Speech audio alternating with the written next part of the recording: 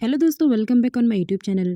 दोस्तों, अब तक का आप लोगों ने प्रीवियस पार्ट में देखा कि क्यों और रॉन्ग दोनों एक दूसरे से किस तरह फाइट कर रहे होते हैं। तो कृत और नी उन दोनों को शांत करते हैं। उसके बाद नी कहती है कि देखो, कृत तुमसे कुछ ज़रूरी बात करना चाहता है। तो कृत कहता है, मैं तुम्हें पहली बार देख रहा हूँ और तुम्हें देखने के बाद मुझे ऐसा लगता है कि जब रॉन्ग तुम्हारे साथ होता है तो उसके इमोशंस कुछ ज़्यादा बढ़ जाते हैं, जिसकी वजह से वो मैक में कन्वर्ट हो जाता है। और यकीन मानो, तुम्हारा चेहरा बिल्कुल उसकी तरह लगता है। तो क्यों कहती है, किसकी तरह? वो कहता है, मेरे साथ चलो, मैं तुम्हें दिखाता हूँ आखिर तुम किसकी तरह दिखती हो।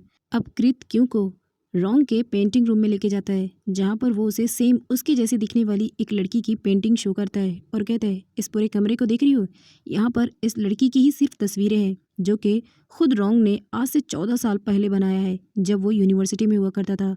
और तुम एग्जैक्टली सेम इसी तरह दिख रही हो।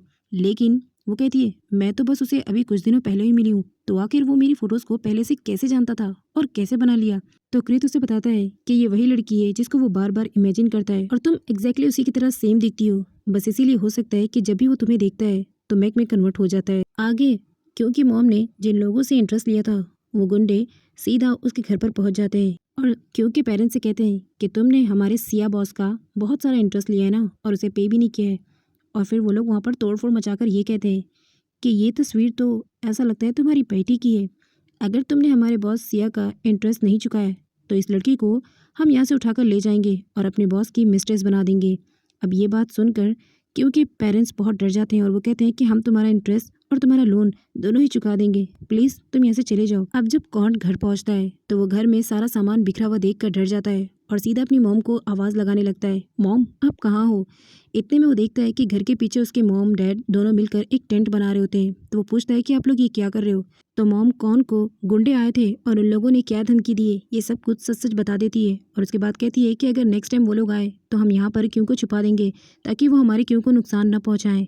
अब उसके बाद कौन उन लोगों को दिलासा देता है और कहता है कि मॉम और डैड आप लोग टेंशन मत लीजिए, जब तक मैं हूँ तब तक कुछ गड़बड़ नहीं होगा। नेक्स्ट सीन में चैंपियन को दिखाया जाता है जो रॉन्ग से मिलने उसके घर आती है, पर वो घर पर सीधा क्यों को देख लेती है और उसका गुस्सा 7वें आसमान पर होता है कि आखिर वो यहाँ पर क्या कर रही है। इतने में चैंपियन की आवाज़ सुनकर रॉन्ग भी नीचे आ जाता है। तो वो रॉन्ग से कहती है, तुम मुझे बताओ, ये लड़की तुम्हारे ऑफिस में काम करती है ना, तो ये तुम्हारे घर पर क्या कर रही है? तो नी बहाना बनाती है और कहती है कि हाँ, ये पहले ऑफिस में काम करती थी, लेकिन इसने ऑफिस वर्क से पहले नर्सिंग का कोर्स किया था, तो इसलिए हमने इसे रॉन्ग के लिए पर्सनल नर्स के तौर पर हायर कर लिया है। तो वो कहती है, रॉन्ग तुम बताओ, नी सही कह रही है? तो रॉन्ग कहता है, हाँ हाँ, नी बिल्कुल सही कह रही है, ये मेरी पर्सनल नर्स है और मेरा ख्याल रखने के लिए यहाँ पर आई है। इसके बाद चैंपियन गुस्से में वहाँ से चली जाती है। अब ये सब कुछ सुनकर जो क्यों होती है वो शॉक्ड होती है और फिर वो कहती है, अच्छा नहीं, तुम मुझे ये बताओ, तुमने मुझे रॉन्ग का पर्सनल नर्स क्यों बताया?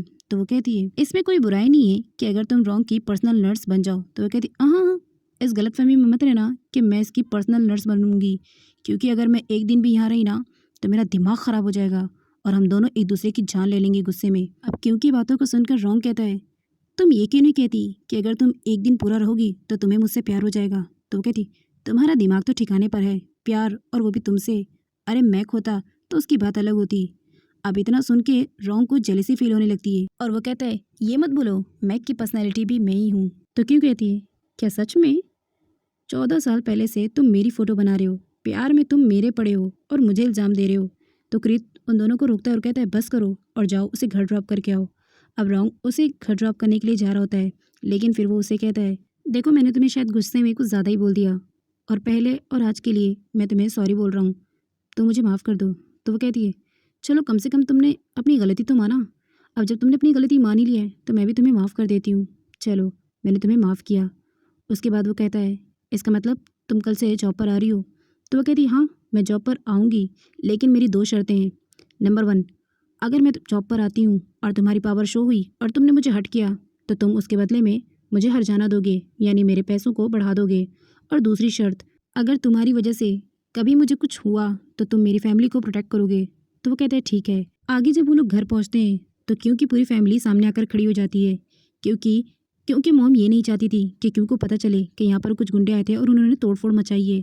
तो वो क्यों को ये कहती है कि तुम ऊपर जाकर फ्रेश हो जाओ, तुम मुझे काफ़ी थकी थकी सी लग रही हो। तो क्यों कहती है, मॉम मैं फ़्रेश होकर आई हूँ, मुझे फ़्रेश होने की ज़रूरत नहीं है। तो वो कहती है, मैंने कहा ना जाओ। तो वो चली जाती है। उसके बाद रॉन्ग जो है वो इधर उधर झाँकता है तो घर की हालत उसे समझ आ जाती है कि यहाँ पर कुछ हुआ है।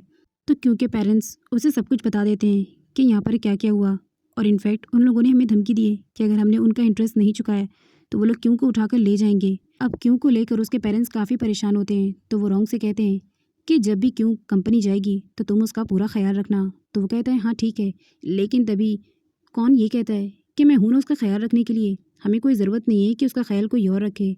अब उसके बाद जब वो बाहर जाता है तो क्यों उसके पास आती है और कहती है अंदर तुम मेरे पेरेंट्स से आखिर क्या बातें कर रहे थे। तो वो कहता है कोई ख़ास बात नहीं कर रहे थे हम, बस ऐसे ही कोई कोई इंपॉर्टेंट टॉपिक नहीं था, चलो छोड़ो। तो वो कहती है नहीं नहीं, मुझे ऐसा लगता है कि कोई तो बात थी। लेकिन वो उसे इग्नोर करता है और चुपचाप गाड़ी में बैठकर वहाँ से निकल जाता है। उसके बाद नेक्स्ट सीन में जब वो अपने घर पहुँचता है तो आज वो काफ़ी खुश माइंड में लगता है। तो उसकी बहन कहती है भाई आज तो आप काफ़ी हैप्पी नज़र आ रहे, क्यों? क्योंकि और आपकी फ़ाइट ख़त्म हो गई है क्या? आप दोनों का पैचअप हो गया क्या? तो वो कुछ भी आंसर नहीं करता और बस क्यों के बारे में सोचकर स्माइल ही करता जा रहा होता है। नेक्स्ट सीन में हमें चैंपियन को दिखाया जाता है जो एक बार में बैठी ड्रिंक कर रही होती है और काफ़ी अपसेट होती है। इतने में उसके पास कौन आता है और उसके अपसेट होने की वजह पूछता है। तो वो कहती है तुम्हें कैसा लगेगा अगर तुम्हारी गर्लफ्रेंड तुम्हें ना भाव देकर किसी और को भाव देगी? आखिर ऐसी सिचुएशन में तुम क्या करोगे? तो वो कहता है अगर मेरी गर्लफ्रेंड मुझे भाव नहीं देगी तो मैं उससे ब्रेकअप कर लूँगा। तो वो कहती है मैं उससे ब्रेकअप नहीं कर सकती क्योंकि मेरे फादर चाहते हैं कि मैं उससे शादी करके अपने बिजनेस को और डेवलप करूं, इसलिए मेरे लिए ये इतना आसान नहीं होगा। तो कौन चैंपियन से कहता है अच्छा तुम मुझे बताओ तुम्हारी लाइफ में तुम्हारे लिए बिजनेस इंपॉर्टेंट है या तुम्हारा प्यार? कौन ये नहीं जानता था कि चैंपियन रॉन्ग की गर्लफ्रेंड है, और चैंपियन ये नहीं जानती थी कि कौन क्यों का भाई है। रॉन्ग क्यों को लगाकर कॉल ये कहता है तुम ठीक तो हो ना? तो वो कहती मैं ठीक हूँ, मुझे क्या होना था। रॉन्ग को टेंशन हो रही थी कि कहीं वापस से गुंडे तो नहीं आ गए, इसलिए बस वो उसका हालचाल पूछ के कॉल कर देता है। तो क्यों कहती है पता नहीं ये लड़का कितना अजीब है, इनफैक्ट कब क्या करेगा किसी को नहीं पता। नेक्स्ट डे ऑफिस पहुंचकर जब क्यों अपना काम कर रही होती है तो रॉन्ग उस पर नज़र रखता है ताकि उसे किसी भी तरीके से कोई तकलीफ ना होए और ना उसके पीछे कोई रहे। अब वो अपने सिक्योरिटी गार्ड को बुलाता है और कहता है आज से तुम क्यों के पर्सनल गार्ड रहोगे, वो कहाँ आती है कहाँ जाती है उस पर नज़र रखना। नेक्स्ट सीन में हमें नी और उसकी फ्रेंड पैम को दिखाया जाता है। नी और पैम ने मिलकर एक कॉफ़ी शॉप खोला है जिसके दोनों ही ये ओनर हैं, और वो आज इंटरव्यू के लिए किसी को हायर करने वाले थे क्योंकि उन्हें एक मैनेजर की ज़रूरत थी। उसके बाद ये लोग बातें कर रहे होते हैं तो वहीं दूसरी तरफ हमें कौन को दिखाया जाता है जो अपने मॉम और डैड का आशीर्वाद लेकर निकलता है क्योंकि वो इंटरेस्ट भरने के लिए अब जॉब करने जा रहा होता है। लेकिन तभी उसके घर के सामने दो गुंडे आकर वापस से देख कर जाते हैं जिसकी वजह से मॉम और डैड काफ़ी डर जाते हैं। अब कौन जैसे ही इंटरव्यू देने के लिए पहुँचता है तो वो समझ जाता है कि ये नी का कॉफ़ी शॉप है क्योंकि वो उसे वहाँ देख लेता है। अब नी जैसे उसे देखती है तो उसके पास जाती है और कहती है तुम यहाँ क्यों आए हो? तो वो कहता है कि मैं यहाँ पर इंटरव्यू देने के लिए आया हूँ। तो नी उससे कहती है तुम्हारे लिए यहाँ पर कोई जॉब नहीं है इसलिए तुम यहाँ से जा सकते हो।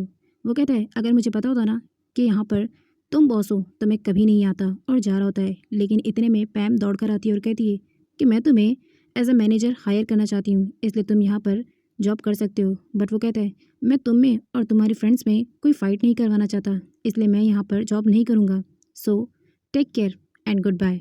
इतने कहकर वो वहाँ से चला जाता है। आगे रॉन्ग को दिखाया जाता है जो क्यों के घर पर जाता है तो उसके पेरेंट्स उन्हें बताते हैं कि आज फिर से कुछ गुंडे आए थे और वो झाँक कर बाहर से ही चले गए। तो वो कहता है इसका मतलब क्यों अभी भी खतरे में है, अगर आप बुरा ना माने तो क्या क्यों को कुछ दिनों के लिए मैं अपने घर पर रख सकता हूँ? तो उसके पेरेंट्स इस चीज़ के लिए मान जाते हैं और कहते हैं कि इसी में क्यों की भलाई है। बट इतने में क्यों आ जाती है और कहती है मैं भला रॉन्ग के घर पर क्यों जाऊँगी? लेकिन उसकी मॉम उसकी एक नहीं सुनती और फटाफट उसका सामान पैक कर देती है और कहती है कि तुम्हें जाना होगा, और उसकी मॉम ज़बरदस्ती उसका हाथ पकड़कर गेट से उसे बाहर कर देती है। अब क्यों रॉन्ग की तरफ देखती है और कहती है ये सब कुछ क्या चल रहा है? आखिर मेरी मॉम ने मुझे अपने घर से निकाल कर तुम्हारे घर पर क्यों भेजा है? बताओ मुझे, तुमने उनसे ऐसा क्या कहा? तो वो कहता है मैंने ऐसा कुछ भी नहीं कहा, तुम्हें चलना है तो चलो। क्यों हार मानकर रॉन्ग के साथ चली जाती है क्योंकि मॉम कौन को कॉल करती हैं और उसे बताती है कि मैंने क्यों को कुछ दिनों के लिए उसके बॉस के यहाँ शिफ्ट कर दिया है। तो वो कहता है मॉम आप ऐसे कैसे कर सकती हो, किसी अनजान के घर पर आप अपनी बेटी कैसे भेज सकती हो? तो वो कहती है इसमें क्यों की ही भलाई है, बस इसीलिए मैंने उसे रॉन्ग के घर पर शिफ्ट कर दिया है। तो वो कॉल कट कर देता है। अब इंटरेस्ट बनना बहुत ज़रूरी था इसलिए वो फिर से जॉब के लिए उसी कॉफ़ी शॉप में पहुंच जाता है और वहाँ पर जाकर कहता है कि अभी भी मेरे लिए मैनेजर की पोस्ट खाली है। तो पैम कहती है हाँ हाँ क्यों नहीं, अभी भी पोस्ट खाली है, तुम जॉब कर सकते हो। बट नी को गुस्सा आ रहा होता है तो वहीं रॉन्ग जो है क्यों को अपने घर लेकर पहुंच जाता है। उसके बाद वो सर्वेंट से कहता है कुछ दिनों के लिए क्यों हमारे साथ रहने आइए इसलिए उसका खास ख्याल रखा जाए। तो सर्वेंट्स अपने मालिक की बातों को गौर से सुनते हैं। आगे क्यों ये सोचकर रहती है कि उसके पेरेंट्स ने आखिर रोंग के घर पर उसे क्यों भेज दिया।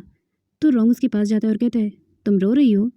तो वो कहती है, मुझे सच सच बताओ कि आखिर तुमने मेरे पेरेंट्स से ऐसा क्या कहा कि उन्होंने मुझे हाथ पकड़कर घर से बाहर निकाल दिया और तुम्हारे घर पर रहने के लिए भेज दिया। ये बात मुझे कुछ हजम नहीं हुई। हाँ, मैं जानती हूँ कि मेरे घर में कुछ पैसों की कमी है, लेकिन वो मुझे तुमसे बेच नहीं सकते। कहीं ऐसा तो नहीं कि तुमने उन्हें ब्लैकमेल किया और मुझे खरीद कर यहाँ पर लाया ताकि तुम मुझे अपनी मिस्ट्रेस बना सको। अब ये सुनकर रोंग को गुस्सा आता है और वो चुपचाप गुस्से में वहाँ से जा रहा होता है। लेकिन तभी क्यों पीछे से उसकी टी शर्ट घसीटती है और कहती है, मुझे सच सच बताओ। अब उसे पीछे से घसीटते वक्त रोंग का बैलेंस खराब हो जाता है, जिसकी वजह से ये दोनों ज़मीन पर गिर जाते हैं और इतने में ही एक वाइट सी रोशनी रोंग की तरफ आती है और रोंग वापस से मैक में कन्वर्ट हो जाता है, क्योंकि इस वक्त उसके इमोशंस काफ़ी गहराई में थे। अब वो कहती है, रोंग मेरी बात सुन रहे हो ना? तो वो कहता है, मैं तो मैक हूँ ना, तुम्हें क्या कहना है बोलो। तो वो कहती है, तुम बहुत गलत टाइम पर आ गए। इस वक्त मुझे मैक से नहीं बल्कि रोंग से बात करनी है। प्लीज़ रोंग, तुम आ जाओ और मैक तुम चले जाओ। तो मैक कहता है, ठीक है मैं जा रहा हूँ। फिर वो कहती है, तुम बैठो यार, तुम दो तो एक ही पर्सनैलिटी हो ना। तो फिर मैक, प्लीज़ तुम थोड़ी देर के लिए चले जाओ, मैं तुमसे बाद में बात करूँगी। इस वक्त मेरा रोंग से बात करना ज़रूरी है। फिर एक वाइट सी रोशनी वापस से उसके अंदर से बाहर निकलती है और फिर वो मैक से सीधा रोंग में कन्वर्ट हो जाता है। वो कहती है, मैक। तो वो सीधा उसका हाथ झटकता है और कहता है, मैं रोंग हूँ और तुम ये क्या बातें कर रही हो। नाइट के सीन में रोंग क्यों को कहता है कि वो उसके बेडरूम में सोएगी। तो वो कहती है, मैं तुम्हारे बेडरूम में क्यों सोऊं, तुम्हारा घर इतना बड़ा है, मैं किसी और कमरे में भी तो सो सकती हूँ। तो वो कहता है, मुझे तुम पर शक है कि तुम रात में कहीं भाग ना जाओ, इसलिए मैं तुम्हें अपने बेडरूम में सुला रहा हूँ। तो वो कहती है, मुझसे डरो, मुझे मार्शल आर्ट्स आते हैं। तो वो उसे अपने बेड पर धक्का देता है और कहता है, चुपचाप यहाँ पर सो जाओ, क्योंकि मुझे भी मार्शल आर्ट्स आते हैं। और उसके बाद वो कहता है, जब तक तुम सोओगी नहीं तो मैं यहाँ से जाऊँगा नहीं। और क्योंकि सोने तक वो उसी रूम में खड़ा होता है। मॉर्निंग के सीन में जब नींद उठती है तो वो अपने भाई को देखने जाती है कि वो कमरे में है या नहीं। तो वो क्यों को उसके बेड पर देखती है। तो वो कहती, भाई आप इसे लेकर आए हो ना, क्योंकि आप इसे दिल ही दिल में बहुत प्यार करते हो ना।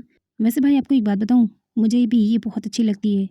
अब रोंग क्यों के पास जाता है और उसे जगाता है, कहता है, मॉर्निंग हो गई है, तुम्हें ऑफिस नहीं जाना है क्या, जल्दी उठो। तो वो कहती है, मेरे पास मत आना। तो वो कहते हैं, तुम्हारा दिमाग ख़राब हो गया क्या, मैं कितनी दूर खड़ा हूँ और तुम्हें बस जगा रहा हूँ ऑफिस जाने के लिए। उसके बाद वो उसे कहता है, नी तुम फटाफट क्यों को तैयार कर दो और उसे अपने ड्रेस पहनाना। तो वो कहती है, मैं अपने कपड़े लेकर आई हूँ, इसलिए मैं अपने ही कपड़े पहनूंगी। तो नी उसे ले जाती है रेडी करने के लिए। अब जब ब्रेकफास्ट की टेबल पर नी उसे अपने कपड़े पहनाकर लेकर आती है तो वो कहती है, मैं इस ड्रेस में काफ़ी अनकंफर्टेबल फील कर रही हूँ, क्या मैं अपने जीन्स पहन लूँ। तो वो कहता है, कौन सी सेक्रेटरी होती है जो मीटिंग में जीन्स पहनती है। तो क्यों कहती है, सेक्रेटरी। तो वो कहता है, हाँ आज से तुम मेरी पर्सनल सेक्रेटरी हो, क्योंकि मेरी सेक्रेटरी कुछ दिनों के लिए छुट्टी पर गई है। इतने में कुछ लोग आ जाते हैं जो इस घर में सीसीटीवी कैमरा लगाने वाले होते हैं। वेल ये पार्ट तो यहीं पर एंड हो जाता है। बाय द वे आपको ये ड्रामे की एक्सप्लेनेशन और ड्रामे की केमिस्ट्री कैसी लग रही है कमेंट सेक्शन में मुझे ज़रूर बताएं, क्योंकि आपका कमेंट मुझे बहुत ज़्यादा रिलेट करता है।